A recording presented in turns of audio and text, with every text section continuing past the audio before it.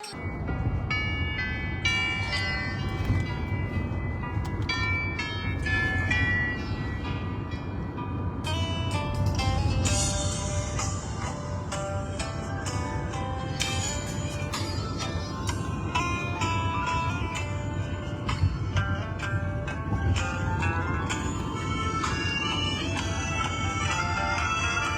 ิญชวนทุกท่านเข้าวัดเข้าวาฟังธรรมะจากหลวงตาเสริมชีวาให้สุขสดใสยึดมั่นหลักธรรมคำสอนไว้ให้ใจความดีทำกันไว้ก็ไม่ได้เป็นคนประเสริฐหัวใจกันเดินแต่เป็นเพราะการกระทำความประพฤติของเขา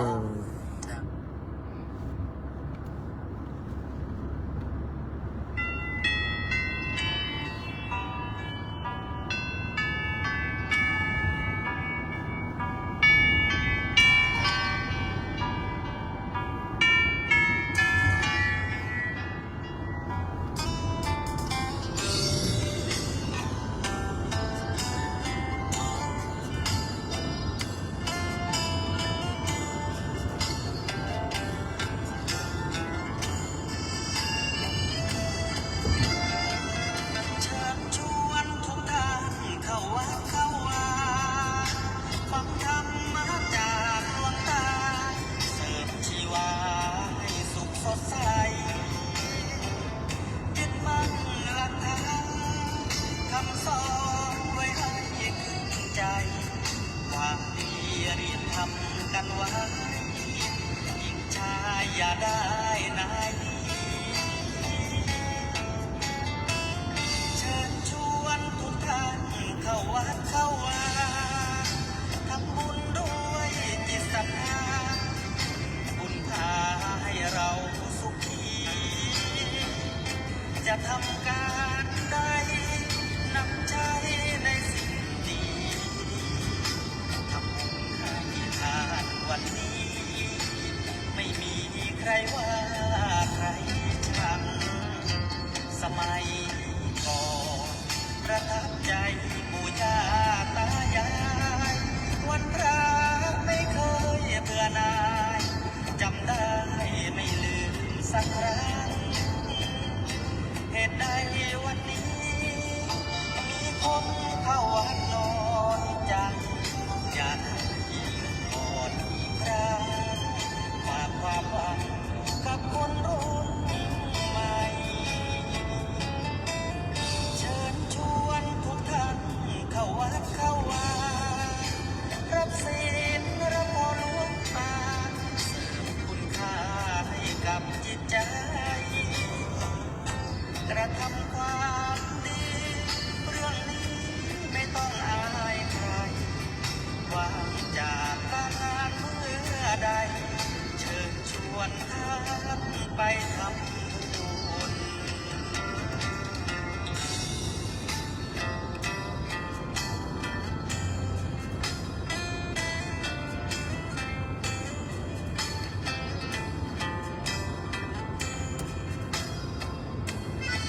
เ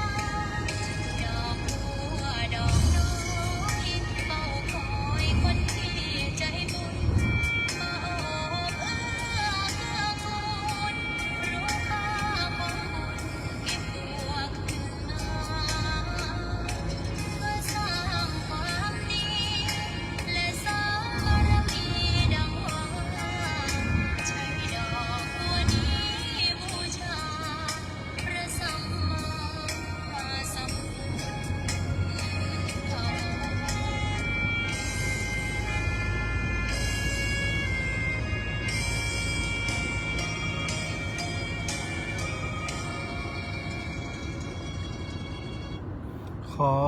นอบน้อมต่อพระรัตนตรัยแก้วเจ้าสามประการ น้อมเอาคุณพระพุทธเจ้า คุณพระธรรมเจ้า คุณพระสังฆเจ้า คุณพระอรหันตเจ้าอริยสงฆ์เจ้าจุตนจุองค์ได้เมตตาแผ่ปารมีมาเป็นนวโลกุตตรธรรมปกเก่าเกษาปกห่มรักษาครูบาอาจารย์พระมหาเถระ พระเถรานุเถระเพื่อนสหธรรมิกสหพรหมจารีทุกกลุ่มทุกองค์โปข่มรักษาศรัทธาสาธุชนคนดีเท่าแก่อีพ่ออีแม่ทั้งหลายทุกท่านทุกคนที่ติดตามรับฟังรายการสารธรรมยามค่ำตั้งสถานีวิทยุเพื่อการศึกษาวิทยาลัยสงฆ์นครลำปางซึ่งออกอากาศจากวัดบุญญาวาสวิหารพระอารามหลวงโดยเมตตาปารมีของหลวงพ่อท่านพระครูอนุสาสน์วรธรรมเจ้าคณะอำเภอเมืองลำปางสมภารเจ้าอาวาสวัดบุญญาวาสวิหารเอื้อเฟื้อสถานที่ตั้งสถานีพร้อมกับเจ้าหน้าที่ดูแลระบบไฟระบบการปิดเปิดต่างๆของสถานีและทีมงานบริหารสถานีซึ่งประกอบไปด้วยท่านดร.จิรศักดิ์ ปันลำ ดร.แอม พัชริยา ฟองจันตา น้องนัท สถาพร สุธาคำได้ร่วมโดยช่วยการดูแลสถานีทุกวันสถานญาติโยมการทำสถานีก็มีเรื่องราวต่างๆที่เป็นอุปสรรคปัญหา ต้องมีคนรับผิดชอบดูแลต้องมีคนคอยเชื่อมโยงสัญญาณต่างๆเนาะคอยแก้ไขปัญหาที่เกิดขึ้นระหว่างการออกรายการก็ดีระหว่างที่มีการถ่ายทอดเสียงอยู่เนาะมีปัญหาก็ต้องเข้ามาแก้ไขทั้งหมดทั้งมวลก็ล้วนแต่อาศัยผู้ที่มีส่วนเกี่ยวข้องของสถานีตั้งแต่ท่านผอ.ลงมาถึงเจ้าหน้าที่และช่างเทคนิคก็ต้องขอบคุณทุกคนที่กล่าวนามมาแล้วนั้นและคนที่อยู่เบื้องหลังทั้งหมดทั้งมวลล้วนแต่เป็นจิตอาสาทำงานโดยบ่ได้หวังค่าจ้างรางวัลแต่ประการใดรวมถึงครูบาอาจารย์ที่มาจัดรายการด้วยกันสถาญาติโยมบ่ได้มีสักรูปสักองค์ที่อาจจะได้ค่าตอบแทนเป็นเงินนิตยพัฒน์เป็นเงินเดือนเป็นเงินค่าจัดรายการเนอะสถานทั้งหมดมาจัดรายการเป็นจิตอาสาถ้าอูบันเฮาก็จัดฟรีบ่มีอะไรใดในการจัดรายการแต่สิ่งที่ใดก็คือความสุขสิ่งที่ใดก็คือได้มีโอกาสเผยแผ่น้ำธรรมคำสอนขององค์ชินวรสัมมาสัมพุทธเจ้าร่วมกันอันนี้คือสิ่งที่ได้สิ่งที่ทำแล้วได้ความสุขศรัทธาได้ฟังน้ำฟังธรรมก็มีความสุขเกิดความสุขใจสบายใจเพราะครูบาแต่อาจารย์แต่ละรูปแต่ละองค์ล้วนแต่เป็นครูบาอาจารย์ที่มีความตั้งใจในการถ่ายทอดตั้งใจในการนำเสนอเนาะค่ำคืนตะวาที่ผ่านมาครูบาอาจารย์เป็นโอกาสที่ในรอบเดือน2 เดือนแล้วก็เนาะบัดได้เข้ารายการในเวลาของเปิ้ลทุกวันพุธ18 ถึง 20 นาฬิกาแต่วันนี้ท่านอาจารย์ใหญ่พระมหานพดลผู้อำนวยการวิทยาลัยสงฆ์เจ้าคณะอำเภอวังเหนือประธานสงฆ์เผยแผ่พระพุทธศาสนาจังหวัดลำปางซึ่งก็เป็นสมภารเจ้าอาวาสวัดบรรพตสถิตที่อาตมาได้ไปเพิ่งปาบารมีของครูบาอาจารย์ตัวท่านอาจารย์ก็ได้ออกอากาศได้ได้จานนำสารธรรมมาฝากมาแบ่งปันเยอะเลยทีเดียวเนาะสถาอีปอยแม่ก็ฟังกันอิ่มเอมเปรมปรีจุใจว่าเนาะวันนี้กลับมาที่เก่าเวลาเดิมวิทยาลัยสงฆ์นครลำปาง 106.50 เมกะเฮิรตซ์แล้วก็ 104.50 เมกะเฮิรตซ์วัดฝายหินรับสัญญาณเชื่อมสัญญาณออกไปทางเชียงใหม่ตัวคลื่นสีขาวบางวันที่บ่มีไผจัดรายการในช่วงเวลานี้เปิ่นก็สัญญาณเชื่อมสัญญาณจากลำปางไปออกเหมือนกันเนาะก็ขอบคุณครูบาอาจารย์ทุกรูปทุกองค์ที่ร่วมกันเผ ยแผ่อยู่ในเบื้องหลังในนามครอบครัวคลื่นสีขาวเพื่อชาวประชาตัววันนี้พบปะกันอัตมาภาพพระมหาสมชาติชาตปัญโยวัดบรรพตสถิตรายงานตัว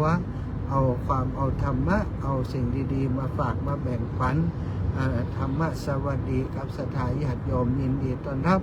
สู่รายการสารธรรมยามค่ำพบปะกันแล้วก็จะปาสถาอีพ่ออีแม่ตั้งหลายไหวพระสวดมนต์ทำวัดเย็นกันเนอะกราบพระพร้อมกันกราบหนึ่งพุทโธเมนาโธกราบสองธัมโมเมนาโธกราบสามสังโฆเมนาโธอิมินาสการเรนะพุทธังอภิปูชยามิอิมินาสการเรนะธัมมังอภิปูชยามิอิมินาสการเรนะสังฆังอภิปูชยามิอรหังสัมมาสัมพุทโธภะคะวาพุทธังภะคะวันตังอภิวาเทมิกราบสวากขาโตภะคะวะตาธัมโมธัมมังนะมัสสามิกราบสุปฏิปันโนภะคะวะโตสาวกสังโฆสังฆังนะมามิกราบนะโมตัสสะภะคะวะโตอะระหะโตสัมมาสัมพุทธัสสะนะโมตัสสะภะคะวะโตอะระหะโตสัมมาสัมพุทธัสสะนะโมตัสสะภะคะวะโตอะระหะโตสัมมาสัมพุทธัสสะพุทธังสารนังกัจฉามิธัมมังสารนังกัจฉามิสังฆังสารนังกัจฉามิตุติยัมปิพุทธังสารนังกัจฉามิตุติยัมปิธัมมังสารนังกัจฉามิตุติยัมปิสังฆังสารนังกัจฉามิตติยัมปิพุทธังสารนังกัจฉามิตติยัมปิธัมมังสารนังกัจฉามิตติยัมปิสังฆังสารนังกัจฉามิอิติปิโสภะคะวะอะระหังสัมมาสัมพุทโธวิชชาจารณะสัมปันโนสุขัตโตโลกวิทูอนุตตโรปุริสะธัมมะสารถิสัทธาเทวะมนุสสานังพุทโธภะคะวะติสวากขาโตภะคะวะตาธัมโมสันทิฏฐิโกอากาลิโกเอหิปัสสิโกโอปันนายิโกปัจจตังเวทิตาโพวินโยหิติสุปฏิปันโนภะคะวะโตสาวกสังโฆอุชุปฏิปันโนภะคะวะโตสาวกสังโฆยะสามิจิปฏิปันโนภะคะวะโตสาวกสังโฆยะทิทังจัตตาริปุริสายุคานิอัฏฐปุริสาปุคลาเอสาภะคะวะโตสาวกสังโฆอาหุนายโย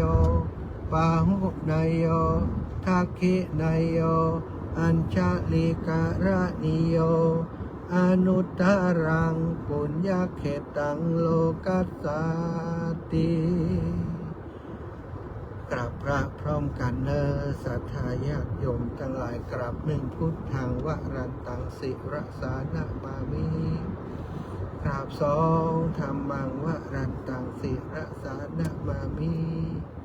กราบสามสังฆังวรันตังศิรสานะมามิศรัทธาญาติโยมทั้งหลายไหว้พระสวดมนต์เสร็จสิ้นเรียบร้อยถ้าเป็นนักมวยก็ขึ้นเวทีไปเปิ่นก็ไหว้ครูเนาะเขาจะอุจาสนทนาธรรมก็น้อมจิตน้อมใจระลึกไปถึงบรมครูของเฮาท่านเจ้าทั้งหลายพระสัมมาสัมพุทธเจ้าน้อมรำลึกถึงคุณของพระธรรมเจ้าน้อมระลึกถึงคุณของพระสังฆเจ้าได้สวดสาธยายมนต์สาธยายพุทธคุณธรรมคุณสังฆคุณเทวบุตรเทวดาปกปักรักษาตนตัวของเฮาปกปักรักษาบ้านช่องห้องหอได้ยินได้ฟังเสียงสวดมนต์ทั้งหลายเหล่านี้ก็จักได้สรรเสริญเป็นผู้ที่สวดมนต์ไหว้พระเป็นปิญาลักไข่ของเทวดาและมนุษย์ทั้งหลายศรัทธาญาติโยมหลายคนว่าท่านอาจารย์กว่าจะทำได้เสียเวลาไปเป็น10 นาทีสวดมนต์หลายคนก็บอกว่าอาจารย์อีแม่สวดมนต์ได้ก็ย้อนอาจารย์นะถึงวันนี้นะอย่างไรกูเตือสวดมาได้อีแม่อ่านหนังสือมาได้นะอาจารย์ว่าแล้วก็ไปวัดนี่ก็ฟังเหมือนไปเตือก็ได้สวดกับเปิ่นเตือหนึ่งก็จำมาได้แต่ถ้าจะมาออกรายการนี้หมายความว่าทุกค่ำทุกเย็นทุกแรงก็ปาศรัทธาสวดมนต์บ่อยๆเข้ามาเดี๋ยวนี้จำได้ดีใจนะอันนี้ก็แล้วแต่นาจิตต่างเนอะคนที่สนใจใครในการฟังธรรมก็ปันใจแบ่งใจมาหาคนที่เปิ้นอยากจะสวดมนต์เนาะอาตมาบอกค่อยมีเวลาได้สวดมนต์เวลาอื่นเนอะอีพ่ออีแม่ทั้งหลายด้วยเหตุว่าจัดรายการในช่วงที่ต้องเปิ่นสวดมนต์ไหว้พระตัวเองก็มาจัดรายการเลยบอกค่อยได้สวดมนต์ทำวัดเป็นรูปแบบที่เปิ่นทำกันทุกวัดทุกวันแม้กระทั่งวันพระนะก็ไม่ได้ไปสวดโดยเปิ่นเกือบจะทุกวันพระและศรัทธาญาติโยมเพราะจัดรายการในช่วงเปิ่นสวดมนต์พอดีก็ถือว่าเอาละในเมื่อเขาไม่ได้ไปทำหน้าที่ตรงนั้นก็ทำหน้าที่ตรงนี้สวดมนต์ไหว้พระเอากันตรงนี้แหละเนาะแล้วก็นำพระธรรมเทศนามาบรรยายมาขยายความมาแบ่งปันศรัทธาญาติโยมทั้งหลายติดตามได้สดับรับฟังเมื่อตอนบ่าย3 โมงถึง5 โมงเนาะก็15 นาฬิกาถึง17 นาฬิกาถ้าศรัทธาญาติโยมติดตามรับฟังรายการสารธรรมยามบ่ายก็จะได้พบปะกับอาตมาตอน3 โมงถึง5 โมงไปแล้วรอบหนึ่งก็ได้สรุปเรื่องราวของการที่จะทำเพื่ออายุยืนสำหรับคนที่ต้องการมีอายุยืนที่มีอายุตั้งแต่60 ปีขึ้นไปจะต้องปฏิบัติตัวอย่างไรมีถึง35 ข้อเนาะศรัทธาก็คิดว่าศรัทธาที่ติดตามก็คงจะเข้าอกเข้าใจแล้วนำไปประพฤติปฏิบัติสรุปง่ายๆสรุปย่อๆสำหรับคนที่ต้องการมีอายุยืนศรัทธาสิ่งสำคัญก็คือต้องบริหารร่างกายบอกว่าจะตื่นเช้ามาต้องบริหารร่างกายก่อนยืนเดินนั่งนอนกินดื่มทำพูดคิดก่อนตื่นมาแล้วปุ๊บออกกำลังกายส่วนต่างๆขยับแข้งขยับขายืดเส้นยืดสายแล้วก็เดินอย่างน้อย1 วันนี้เปิ่นว่าอย่าบัดต่ำกว่า15 นาทีแต่ว่าอาตมาก็คิดว่าอีพ่ออีแม่ที่อยู่ตามบ้านตามจองต่างๆเนี่ยคงจะเดินถึงกันอยู่แล้วนะเดินถึงหรือว่าบางคนก็เกินนี่ดีนะสถานร่างกายจะได้เผาผ่านตัวคนตื่นมาแล้วก็ต้องเดินให้ได้ตอนเช้ายิ่งดีเนาะเดินออกกำลังกายเป็นกิจลักษณะก็ได้ดูนกดูไม้ดูพระอาทิตย์ขึ้นดูบอกยามเช้าที่มันลงบางๆสูดหายใจสูดอากาศสูดโอโซนที่ดีนี่เดินบัดต่ำกว่า35 นาที เนาะแล้วก็ระหว่างวันก็จิบน้ำบ่อยๆนะนึกขึ้นได้เอาน้ำติดตัวเอาน้ำอยู่ใกล้ๆสถานถ้าเรามีน้ำติดตัวมีน้ำอยู่ใกล้ๆมันก็จะง่ายในการที่เราจะดื่มจะกินเนื่องจากว่าน้ำมีความสำคัญต่อสุขภาพร่างกายของมนุษย์คนเรามีน้ำถึง3ส่วนฉะนั้นสิ่งที่อาจจะไปทำให้ร่างกายของเราสดชื่นนั้นก็คือน้ำจะไปช่วยทำให้เลือดของเรามันบำนืดเติมออกซิเจนเข้าไปในเลือดบำนืดมันก็สดชื่นนะน้ำนี่ก็สำคัญนึกขึ้นในก็จิบแม้ว่าเขาจะบักกระหายบ่หิวน้ำสักน้อยกินเนี่ยอย่างอาจารย์ก็กินเพื่อสุขภาพใช้วิธีจิบเอาสถานเนี่ยอาตมาตอนเดินธุดงค์นี่ได้นิสัยของการจิบน้ำครูบาอาจารย์เปิ่นบอกว่าจะไปกินน้ำนักเวลาเดินธุดงค์นะถ้ากินน้ำนักน้ำมันจะลงมาตั้งตีนว่าสถาสุมาเตใจคำว่าตีนนะน้ำมันจะลงมาต่ำนะแล้วก็ทำให้ถ้าน้ำมันไปบวมติเท้าติตีนของเรานี่เวลาเหยียบย่ำลงไปบนปูนบนซีเมนต์บนพื้นถนนมันจะทำให้มันบวมมันซุกมันปองว่าก็ต้องจิบน้ำไปจิบจนย่ำสถาประมาณสัก5 นาที10 นาทีจิบแล้ว5 นาที10 นาทีจิบแล้วใช้วิธีจิบบ่ใช้วิธีที่กินอึกกำเดียวงดขอดอย่างอันบ่ไหวนะนักต้องตัวแล้วมันก็เวลากินเข้าไปนักนี่การขับถ่ายการหมุนเวียนเข้าไปในร่างกายมันจะเข้าไปทีเดียวศรัทธาญาติโยมน้ำก็ควรจะกินแล้วก็ที่สำคัญที่สุดว่าต้องมีอุปกรณ์อย่างมาช่วยให้เราได้มีสุขภาพดีหรอกศรัทธาญาติโยมคือมีอายุยืนเปิ่นบอกว่าคนมีอายุยืนที่เปิ่นรู้จักหายใจนี่ตื่นเช้าขึ้นมาหายใจลึกๆสัก4-5 เตื้อหายใจลึกๆผ่อนหายใจยาวๆช่วยในการเพิ่มออกซิเจนไปในเลือดเหมือนกันทำให้ออกซิเจนไปเลี้ยงสมองทำให้เราสดชื่นอันนี้เป็นหลักการง่ายๆในการดูแลสุขภาพแล้วก็เรื่องกินศรัทธาญาติโยมเจอครูบาอาจารย์รูปหนึ่งเป็นครูบาอาจารย์ที่อาตมาเคารพนับถือเป็นนักปราชญ์อยู่ที่จังหวัดชุมพรเปิ่นฮื้อปอนว่าปรารถนาอย่างอื่นนี้หลวงพ่อนี่จะฮื้อปอนอย่างที่หลวงพ่อใครได้นะว่าสิ่งที่ใครได้คืออย่างหลวงพ่อเปิ่นบอกว่ากินได้คนเดียวถ่ายได้กินได้ถ่ายได้สมองดีบ่หลงลืมกินง่ายถ่ายคล่องสมองดีแล้วก็สามารถช่วยเหลือตัวเองได้ยืนเดินนั่งนอนเองได้ว่าขอต่ออีกกับพอพ่อแม่ลองกึดพอมันแม่นกำแม่นเนาะคนเฮาบางคนขอปอนขอฮื้อหล่ำฮื้อลอยขอทุกหวยเอาแต่ขอได้วันใหญ่ๆสักกรรมจะทำบุญนั่นบุญนี่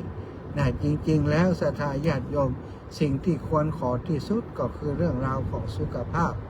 ถ้าหากเรามีสุขภาพที่ดียิ่งมีเงินมันก็ยิ่งจะมีความสุขนะแต่ว่ามีเงินแล้วสุขภาพบ่ดีมันก็บ่มีความหมายอย่างศรัทธายิ่งสุขภาพบ่ดีถึงแม้เราจะบ่มีเงินมันก็ยังดีอยู่ว่าเรามีสุขภาพที่ดีถ้ายิ่งมีสุขภาพดีหู้จักพอเพียงหู้จักเพียงพอเอาสุขภาพที่ดีไปสร้างบุญสร้างกุศลก็จะมีประโยชน์แก่ตนตัวของเราการมีสุขภาพดีนั้นสามารถจะซื้อหาเอาได้อยากได้ก็ต้องทำเองโดยเฉพาะการออกกำลังกายการควบคุมเรื่องอาหารเท่ามาแล้วสิ่งสำคัญเรื่องอาหารการกินก็จะต้องมีการคัดกรองหรือว่าพิจารณาจะกินอะไรอย่างเข้าไปที่มันจะเป็นประโยชน์ต่อเฮาสถานสิ่งที่บางคนเฒ่าคนแก่เคยกินหนุ่มๆอย่างใดก็ตอนเฒ่ามาก็จะกินแบบนั้นสถานซึ่งก็จะมีปัญหาในการขับถ่าย เพราะว่าอายุนักแล้วการขับถ่ายนี้มันลำบากจะได้กับเพาะลำไส้อย่างต่างๆมันบ่เหมือนคนที่ยังหนุ่มยังกำอายุนักบักเตือเขากินนัก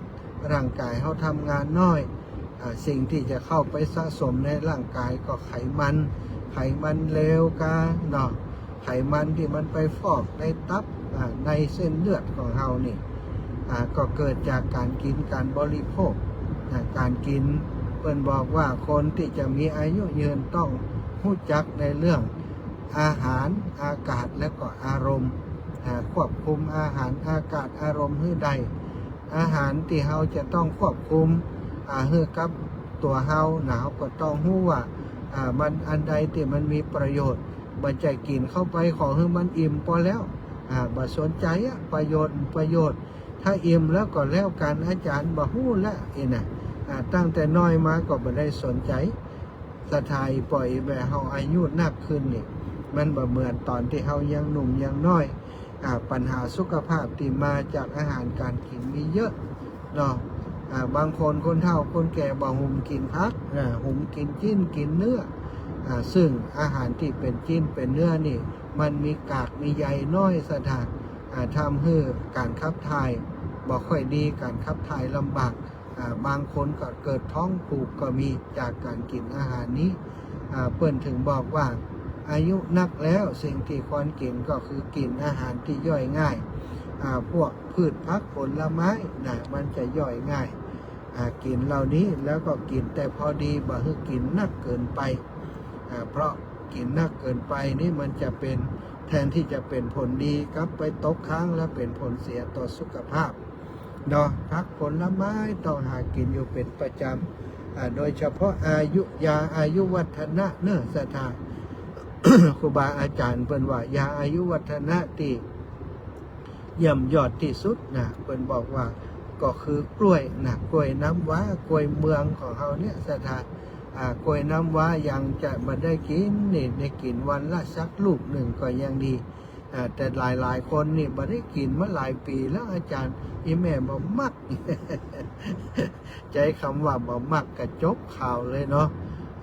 มันจริงๆแล้วมักบ่มักถ้าหากว่ามันเป็นประโยชน์ต่อสุขภาพเขาก็ควรจะพิจารณานะสถาน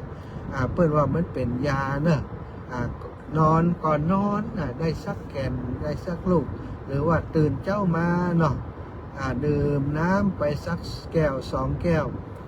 ดื่มน้ำไปแล้วกินกล้วยไปแหมสักแก่นก็ดีลองท้องไว้ถ้ามาได้กินยังได้กล้วยไปสักแก่นเนี่ยได้ยาหลายปากวิตามินเกลือแร่อยู่ในหั่นเนออยู่ในผลไม้ที่ชื่อว่ากล้วยนั่นแหละเนาะ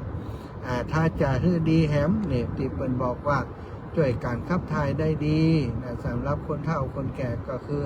มะละกอบักกล้วยเตดนี่เป็นสิ่งที่ดีสถานก็ควรจะได้กินได้บริโภคบางอาหารบางอย่างนี้มันเป็นยาไปในตัวสถานอย่างบางคนนี่ถ่ายแบบลำบากต้องไปกินยาระบายเพื่อจะช่วยในการขับถ่ายยาระบายนี่บางคนกินบ่อยเข้าก็ติดยาสถานถ้าบักกินยาก็บ่ทายแล้วนี่เป็นปัญหาฉะนั้นจะต้องปรับเปลี่ยนพฤติกรรมการกินการบริโภคตั้งแต่การเอาเข้าใส่ปากไปนี่ก็ต้องเข้าใจเนาะเข้าชนิดใดข้าวมันมี2 อย่างที่เรากินกันข้าวเจ้าก็ข้าวเหนียวข้าวหุงข้าวนึ่งกับข้าวเจ้า ถ้าอายุนักเป็นว่าถ้าเป็นไปได้ก็คือกินข้าวเจ้าจะช่วยในการเรื่องของการย่อยง่ายแล้วก็การขับถ่ายสะดวกข้าวเจ้านี่จะดีในเรื่องที่เบาท้องแต่คนที่ทำงานนักเป็นว่ามันกินแล้วมันบ่อิ่มอาจารย์เนี่ยการไม่ก็หิวแฮมบ่อีหล่ะก็แล้วแต่ไผมันแต่ถ้าเราอายุนักขึ้นมันบ่คงบ่เป็นอย่างนั้นเนาะสถานเนาะมันบ่หิวมันก็ กินข้าวหูมันก็อยู่ท้องเราจะต้องสร้างพฤติกรรมในการกินให้ดีข้าวหุงนี่มันช่วยหลายๆเรื่องน้ำตาลน้ำตาลที่เป็นน้ำตาลก็น้อยเนาะข้าวหุงแต่ถ้าเป็นข้าวเหนียวนี่ มันมีน้ำตาลสูงคนที่เป็นเบาหวานก็นี่ถ้าเปิ้นให้กินข้าวเจ้าเนาะก็ลองคิดดูลองพินิจพิจารณาดูถ้าเขาเป็นคนที่บ่มักเลยข้าวเจ้าเนี่ยกินแล้วมันบ่อิ่มแต่ว่าสุขภาพเขาบ่ดีต้องเลือกนะแต่ถ้าบางคนก็อาจจะต้องเลือกถึงขนาดว่าตอนเจ้าต้องเป็นข้าวต้มเพราะมันย่อยง่ายอย่างนี้เป็นต้นเนาะอันนี้ก็เอาเรื่องสุขภาพมามาจ่าตั้งแต่เจ้ามาวันก่อนก็เรื่องสุขภาพก็เนาะเรื่องเกี่ยวกับสุขภาพนี่แหละวันนี้ก็เน้นย้ำเรื่องสุขภาพเพราะหลายๆคนเตตมาภาพผู้จักได้มีปัญหาสุขภาพเรื่องสุขภาพต้องเข้าโรงพยาบาลไปหาหมอไปหาพยาบาลเกิดจากการกินเกิดจากความเครียดหลายๆคนเนาะโรคเครียดก็เป็นโรคอีกโรคหนึ่งที่ทำให้ภาวะสุขภาพของเรา มีปัญหาสถานโรคเครียดนี้ทำให้ก่อเป็นสาเหตุของโรคหลายๆโรคด้วยกันโรคซึมเศร้าโรคซึมเศร้านี่ก็เป็นส่วนหนึ่งของโรคเครียดบางคนนี่เครียดจนสุดท้ายมากลายเป็นคนที่มีโรคซึมเศร้าซึมเศร้าชั่วคราวก็ยังแควนบางคนที่ซึมเศร้าถาวรอันตรายเนาะฉะนั้นเราจะต้องกินอาหารบริโภคพวกอาหารที่ดีอยู่ในสถานที่ที่มีอากาศถ่ายเทได้สะดวกอาหารอากาศแล้วก็อารมณ์นี้ก็เป็นสิ่งที่ถือว่าถ้าตามหลักการของพุทธศาสนานี้สิ่งที่ทำให้คนจะมีสุขหรือว่ามีทุกข์นี่อยู่ที่การดูแลเรื่องอารมณ์ของเราอารมณ์ที่ป้องกันบ่ให้มันเกิดนี่ก็คืออารมณ์ที่มีเรื่องของความโกรธความโลภความหลงความริษยาอาฆาตพยาบาทนี้เป็นบอกว่าเป็นอารมณ์ที่เป็นสิ่งที่อารมณ์ที่ก่อให้เกิดโทษต่อสุขภาพของเราเนาะบ่ว่าทางกายหรือว่าทางใจคนที่งุดงิดง่ายริษยาอาฆาตพยาบาทผู้อื่นอยู่เป็นประจำถ้าภาษาที่เป็นว่าเป็นสันดานนะเป็นคนขี้โกรธขี้เกียจเป็นสันดานอย่างนี้นี่จะมีปัญหาในเรื่องสุขภาพมากเวลาความเครียดเกิดขึ้นเวลาความโกรธเกิดขึ้นร่างกายมันมีสารชนิดหนึ่งเนี่ยเปิ้นบอกว่าเป็นสารที่เป็นกรดเลือดจะเป็นกรดคนที่โคตรหน้าแดงหน้าดำนั่นนะสตามันจะห้อนออกเนื้อออกตัววุดถ้ายิ่งโคตรนักสถาสังเกตพอเลยคนอื่นก็สังเกตหันถ้าหันคนนั้นมันโคตรโกอยู่ไปพอเถอะหน้ามันตึงแดงปนลึกหน้าแดงตาแดงหูแดงเนี่ยลักษณะอย่างนั้นเพื่อนเรียกว่ากรดในร่างกายมันทำงานมันขับส่วนนั้นออกมาแล้วก็เวลามันออกมาแล้วในสถา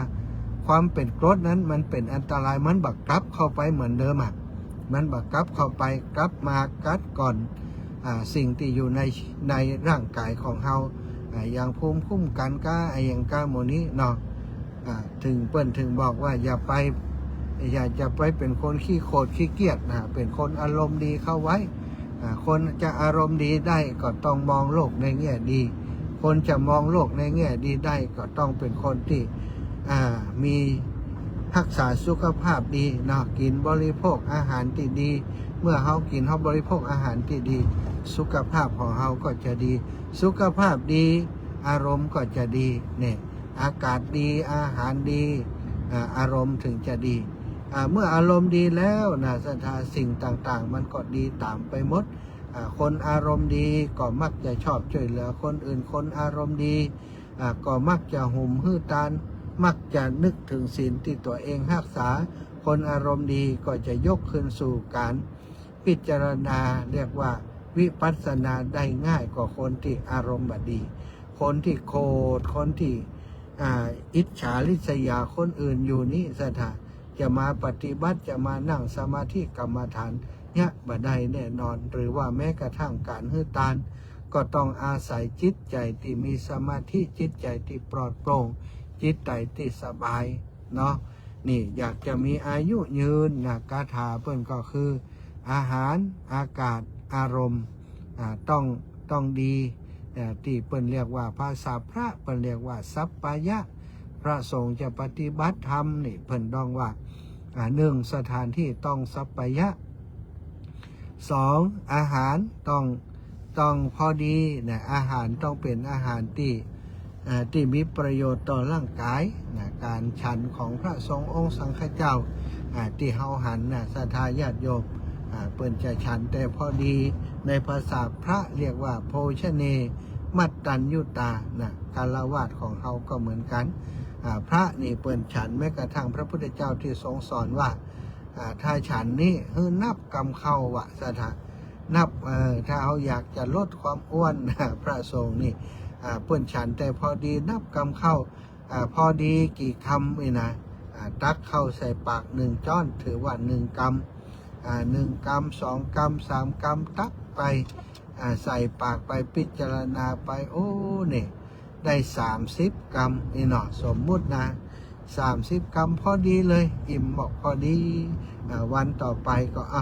30ก็พอดีก็ลองลดพอนี่พระสงฆ์เปิ้นจะพิสูจน์หลายๆอย่างพระนักปฏิบัตินี่นะอย่างหลวงพ่อเกษมเขมโกนี่เปิ้นทำอย่างนี้นะสถานฉันไปแล้วก็ลดจาก30เหลือ29เหลือ28เหลือ27เอาไปเอามาเหลือจ้อนเดียวสุดท้ายลองพอบ่เหลือสักจ้อนบ่ได้ฉันอย่าง4-5 วันหรือว่าบางรูปบางองค์7 วันก็อยู่ได้อันนี้ทำไมมันเป็นอย่างนั้นเพราะร่างกายมันมีการฝึกฝนถ้าเฮาฝึกฝนอย่างใดมันก็จะได้อย่างนั้นสถานเนาะอาหารอากาศอารมณ์เป็นสิ่งสำคัญแล้วก็อีกสิ่งหนึ่งที่บ่แพ้กันนะกับข้ออื่นๆที่สำคัญเหมือนกันก็คือการรู้จักปล่อยวางไอ้หยังสถานคนเฮานี่เกิดมาแล้วมีครอบมีครัวมีครัวครอบเฮาอยู่มีลูกมีหลานมีญาติมิตรวงวานมีคนอันเป็นที่รักมีทรัพย์สินเงินคำต่างๆมากมายที่เป็นห่วงหรือว่าบ่วงคอยจ้องคอยเหนี่ยวเฮาไว้จ้องคอยเหนี่ยวเฮาไว้กว่าตายละลูกละหลานกว่าเขาจะลำบากเนี่ยบางคนเนี่ยห่วงลูกห่วงหลานอายุนักแล้วบางคน60-70ยังเริ่มต้นชีวิตใหม่โดยการเป็นแม่ลูกอ่อนเลี้ยงหลานเป็นตาดีอินดูหลานน้อยแล้วก็คนเฒ่านี่อายุนักเนาะต้องมาดูแลหลานบางทีก็โลนด้วยหลานบัดตันพอเลี้ยงหลานก็ฮักหลานฮักลูกฮักหลานเป็นภาระผูกพันห่วงปล่อยบ่ได้วางบ่ได้กลัวเขาจะอยู่บ่ได้กว่าเขาจะกินบ่ได้กว่าเขาลำบากสารพัดสารเพไปหมดในชีวิตฉะนั้นการที่เราจะมีความสุขได้สิ่งนี้เป็นสิ่งที่สำคัญสถาต้องรู้จักวางปลงเนาะปลงวางกับอารมณ์บางอย่างปลงวางกับบางเรื่องบางราวบ่เอาตัวเองเป็นศูนย์กลางของจักรวาลถ้าเอาไปคิดว่าถ้าบ่มีเฮาเขาอยู่บ่ได้บ่มีเฮาเรื่องนั้นเรื่องนี้จะบ่สำเร็จเนี่ยถ้าคิดอย่างนั้นเนี่ยมันจะนักนะเป็นว่าถ้าจะบ่ให้มันนักก็ต้องปลงนะเหมือนกับคนที่หาบของนักอยู่เนี่ยสังขารทั้งหลายเป็นของนักเน้อสถารูปขันธ์ทั้งหลายขันธ์5เป็นของนักที่เฮาได้แบกได้หามเอาไว้ทุกวันรูปเวทนาสัญญาสังขารวิญญาณเนี่ยเปิดเรียกว่าขันธ์ขันธ์เวทนาสัญญาสังขารวิญญาณนี่เป็นขันธ์ที่เกิดขึ้นรูปเวทนาสัญญาสังขารวิญญาณขันธ์ทั้ง5นี้เป็นของนักที่เฮาทั้งหลายได้แบกได้หามได้ยกไว้บนบ่าของตัวเองตลอดเวลาเหมือนกับคนที่หาบของนักสมมุติว่าเป็นก้อนหินซะท่าเอาหาบตัวเฮาหาบไปหาบมาถ้าเฮาคิดว่านี่เฮาหาบของนักโลเฮาแบกของนักโลถ้าเฮาฮู้จักปลงฮู้จักวางเฮาบ่อยากนักแล้วเฮาวางลงตัวเฮาก็จะเบาสบายจิตใจก็เช่นเดียวกันถ้าเฮาฮู้จักปล่อยวางอารมณ์บางอย่างสิ่งที่มันเกิดขึ้นกับตัวเฮา เกิดจากการปรุงแต่งเกิดจากการสำคัญผิดเรียกว่าถ้าภาษาธรรมเพิ่นก็ว่ายึดมั่นถือมั่นถ้าเราสามารถละวางได้ความสุขก็จะเกิดขึ้นกับชีวิตของเราเป็นสิ่งที่จะทำให้เราได้มีอายุยืนแล้วก็จะได้ทำบุญทำกุศลสร้างปุญญาบารมีต่อไปซะท่าก็หันหลายๆคนอายุนักแล้วปัญหาสุขภาพก็มานักมาหลายเนาะเป็นนู่นเป็นนั่นเป็นนี่เข้าโรงหมอโรงพยาบาลอยู่ตลอดเวลาแต่ก็ยังบ่ฮู้จักที่จะดูแลตัวเองบ่ฮู้จักที่จะดูแลสุขภาพยังขำขาลาวีตัวเก่ายังทำงานนักอยู่ยังมีความหวังความปรารถนาที่จะสุขสบายอย่างนู่นอย่างนี้บางครั้งบางทีเนาะสตามันมาถึงเวลานี้แล้วสิ่งสำคัญก็คือต้องหู้แล้วถ้าไผ่อยากรวยยามเท่านี้จะไปแย่การอย่างยามหนุ่มมันก็บัดใจยามเท่ามาแล้วสิ่งที่ทำได้ก็คือการปล่อยวางตลอดชีวิตที่ผ่านมาถ้ามันจะรวยมันก็รวยไปแล้วสตาเนาะมันบัดใจเขาเกิดมาจากนี้เพียงพอแค่นี้ก็พอถ้าหู้จักเพียงพอหู้จักพอดีชีวิตก็เป็นสุขเนอะศรัทธาญาติโยมทั้งหลายพอเวลา 19:45 นาทีก็ถึงเวลาที่จะแบ่งปันให้ศรัทธาญาติโยมอีป่ออีแม่ทั้งหลายได้โทรเข้ามาก่อนที่จะโทรเข้ามาก็ขอประชาสัมพันธ์และก็ขออนุญาตขอบคุณกับครูบาอาจารย์ที่ตอบรับจะมาร่วมงานในวันที่28 เดือนกันยายนนี้ท่านอาจารย์ใหญ่พระครูอภิวัฒนวิกรม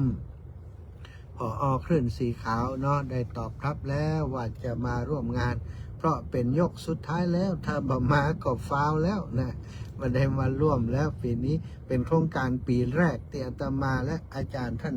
อาจารย์ใหญ่พระมหานพดลสุวรรณเมธีได้จัดขึ้นก็อยากจะให้บุญนี้ไปถึงศรัทธาญาติโยมทุกคนทุกท่านโดยขอบคุณไปยังพี่น้องที่อยู่ต่างเมืองฝางแต่เนอะเจริญปอนแม่เดินทางถึงแยกวัดป่าขามแล้วแม่วันนี้แม่มาได้ฟังเบสมาจากจำหมอกอันนี้ไม่ได้ยุบป้าพาตะกี้โอ้ฟ้าพาเสียเลยล่ะเสียเลยพ่ออัน2 วันพ่อแม่โทรไปมาเดียวเนี่ยโอ้อินดูอันปาก็เสียอินเทอร์เน็ตแต่ยังบางคนว่าเรื่องเด็กกับบ้าอีกนะอินเทอร์เน็ตล่ะอันกำอันกำให้อินเทอร์เน็ตกับพอยักพอเสียหายนักแต่ได้เจ้าเห็นไหมสัตว์ตัวนี้มันเนอะพี่น้องต่างเมืองเงาโทรมาเนาะยายพรล่องวัวแดงแสดงว่าของวัดอันไฟเห็นเป็นออกอากาศอยู่เนาะยายพรได้โทรเข้ามาขอบคุณแม่บุญเรืองชัยเงินพี่น้องจากเมืองฝางเจริญปอนแม่กาบแก้วสีอินแก้วครับแม่เขาจังปลอดให้หนึ่งนะเจ้าบาได้ใจเนอะแม่เนอะวันนั้นเต็ดเพราะว่าเวลามันน้อยเนาะเอาเปิดมาแล้วมันได้ฟ้อนดีกว่าอินดูปะนะจะมีมันก็จะมีฟ้อนอันนี้อันน่ะแม่ฟ้อนอย่างก็ฟ้อนแบบหมู่เฮาเนี่ยกะโจโลดอกคาเอาหม่อนได้อ่ะใจถ้าเฮามาฟ้อนจ้ามันจะเสียเวลาคือคนทั้งตัวน่ะ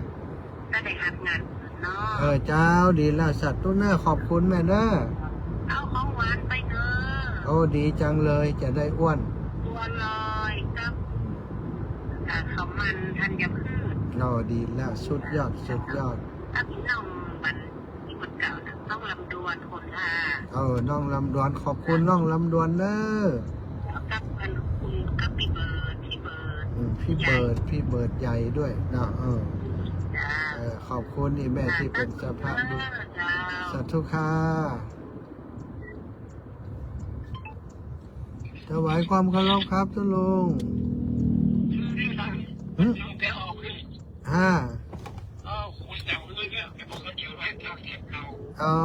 ครับผมครับผม ครับผมลงไป แถวคู่แถวนี้แถว จ้า แถวไปแล้วก็เลย ครับผ จอด ม อยู่เมื่อคืนเนี่ย ครับผม จะ6 โมงกว่าบ้าง อ๋อครับครับครับ 6 โมงเลยนิดหน่อยนิดตอนแรกไปอีกเมืองไทยแต่ไม่ถึง จ้าจ้า จังหวัดนั่นข้างล่างนี่ ครับผม บริการนะครับ ครับผมครับ อยู่เย็บ แม่จันแก้วอินตาจักร เจ้าเสียงบ่มีแล้วค่ะอาจารย์ในที่ดังแต่ดี ชอบชอบมงมงชอบมงมง เดี๋ยวดังจู่จู่ นั่นน้องบ้าน ที่ดังแต่ดี มันอย่างไรเนี่ยฮะอินเทอร์เน็ตกะ ไปหาพระอาจารย์ก่อน ดังแชท ดักแชฟเห็นแล้วเนาะสัตว์ตัวนั้นเวนเดอร์ จ้าสาธุเจ้า อีแม่โซ่ไม่เห็นกะดีก็เสียงยังดีอยู่ก็ฟังได้อยู่ก็ตอนนี้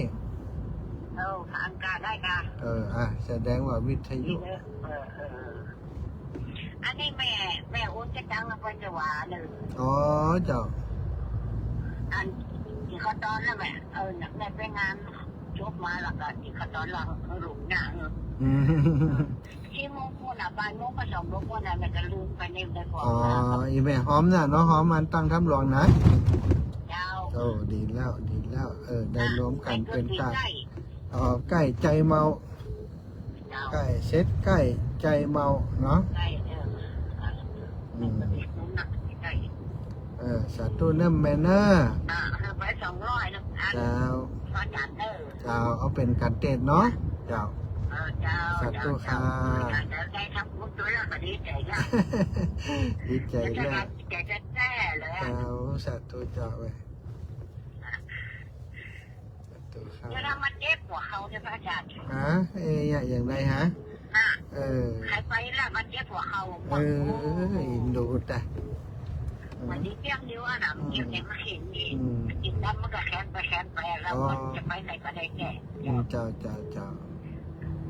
ขอบคุณแม่เนอร์ ขอบคุณเจ้า สัตว์ตัวค่ะ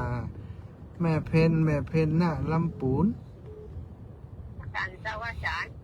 จันทร์ชัดในรถกระดก ยังไงมันจะอึกจะอักกะชัดเจนดี โอ้ขอบคุณหลายๆดีแล้ว ชัดเจนดี จัดในรถชัดเจนกับใจใดแล้วเนาะแม่เนาะ ชัดเจนเจ้า ขอบคุณอีแม่เนอร์28ปะกัน27ปะกัน เจ้าเอาไปแจก 27ปะกันเอาพริกแดงไปให้กินสักกำเนาะ ผ้าเนื้อ โอ้ดีค่ะสัตว์ตัว เอามาแต่งกันที่หมูตัวเจ้า โอ้ยยะมันดีอู้เรื่องอาหารกลางคืน มันจะหิวสัตว์ตัวนะแม่นะ เจ้าติ๊กน้ำกับเจ้าสาธุเจ้า จ้าบุญหักษาเจ้าจะเริญพรแม่น้อมเจ้าเจ้าแม่ฮัลโหลเจ้าแล้วจังได้หาเชฟ กวางมาหาอยู่ว่าอยู่ดอย โอ้อีแม่ก็ว่าก่อนก้าอีแม่ก็ว่าก่อนก้า คนตกกับเจ้าก ำปังตกเป็นบางช่วงอีแม่บางช่วงกระตกบางช่วงก่อมตกไงตอนที่เดินทางมานี่มาตกก็แม่เจ้าจะขอบคุณเจ้าแม่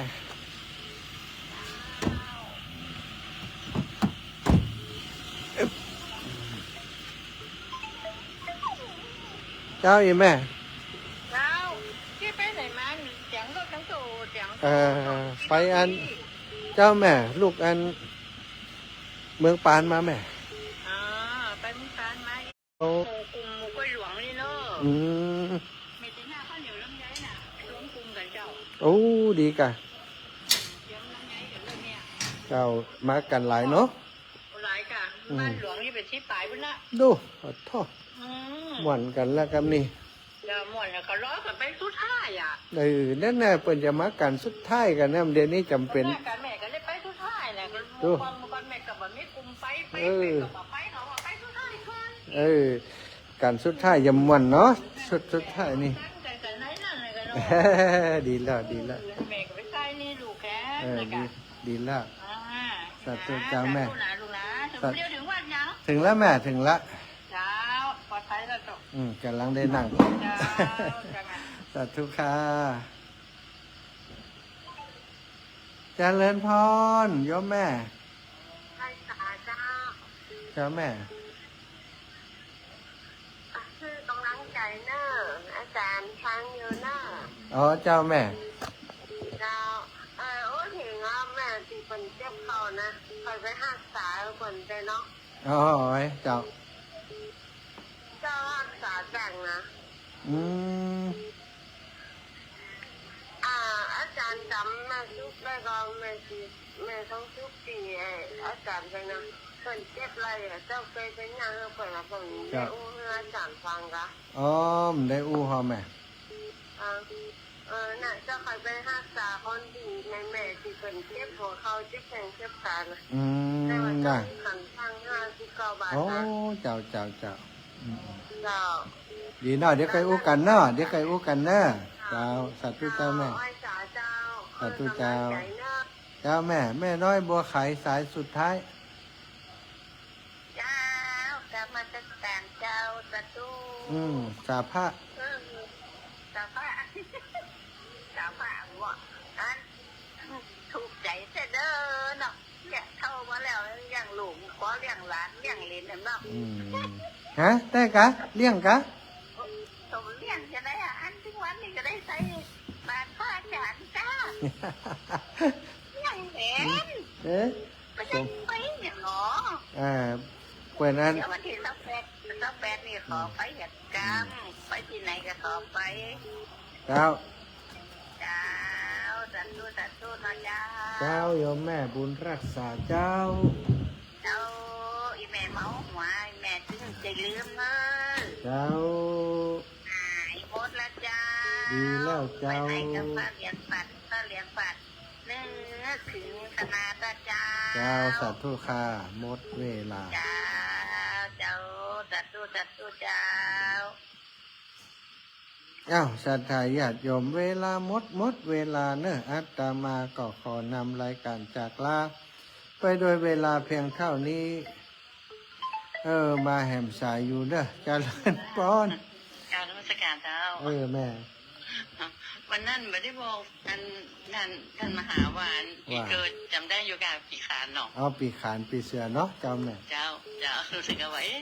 ไม่ได้บอกอาจารย์ลืมหรือเปล่าเนาะ เจ้า โมทนาสาธุเจ้า ขอบคุณอีแม่หลายๆเจ้า เจ้าน้ำสกัดเจ้า เจ้าแม่ ยายพรเอาครับใดเอาก็เอาเวลาหมดแล้วยายพรมาจ้าเนี่ย นี่เจ้าแล้วไปกันเลย พอไปโทรไปก่อน เจ้าอายุวันโนสุขังพลังหนาเวลาหมดหนายายบุญรักษาเนอคุณยายพร